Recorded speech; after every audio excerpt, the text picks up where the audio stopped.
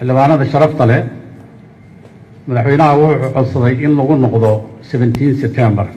maadaama sharciga 17 September waxba aan laga bedelayn aan waxna lagu kordhinayn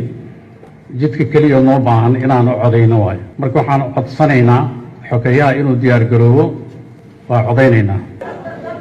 xildhibaanada sharafta leh codsiga madaxweynaha oo ah in dib loogu noqdo sharciga heshiiska siyaasadeed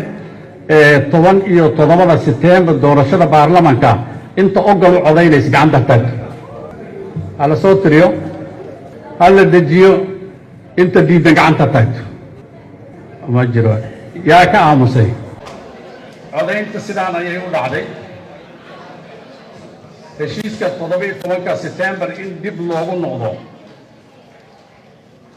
wax ka aamusay ma laha xildhibaan diiday ma laha waxaa ogol u codeeyay 140 xildhibaan sidaas awgeed waxaa loo noqday heshiiskii 17 September sidaas waan sax ku yahay bismillaahi raxmaani raxiim gudoomiye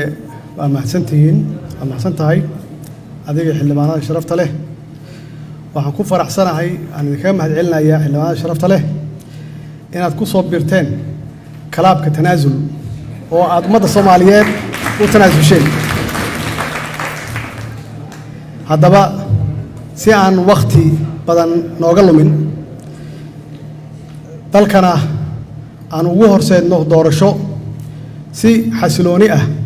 ku dhacda lagana wada qayb qaato waxaan ra'iisul wasaaraha u xil saarayaa qabanqaabada iyo martiqaadka shirka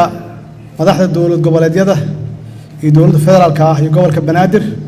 si loo meel mariyo qodobadii lagu heshiiyey 17 September iyo kii 16 Febraayo ee magaalada Baydhabo oo aan wax shuruud ah aanan lagu xirin insha Allah waxaan xukuumadda ka rajeynayaa inay hawshaas u guda gasho sida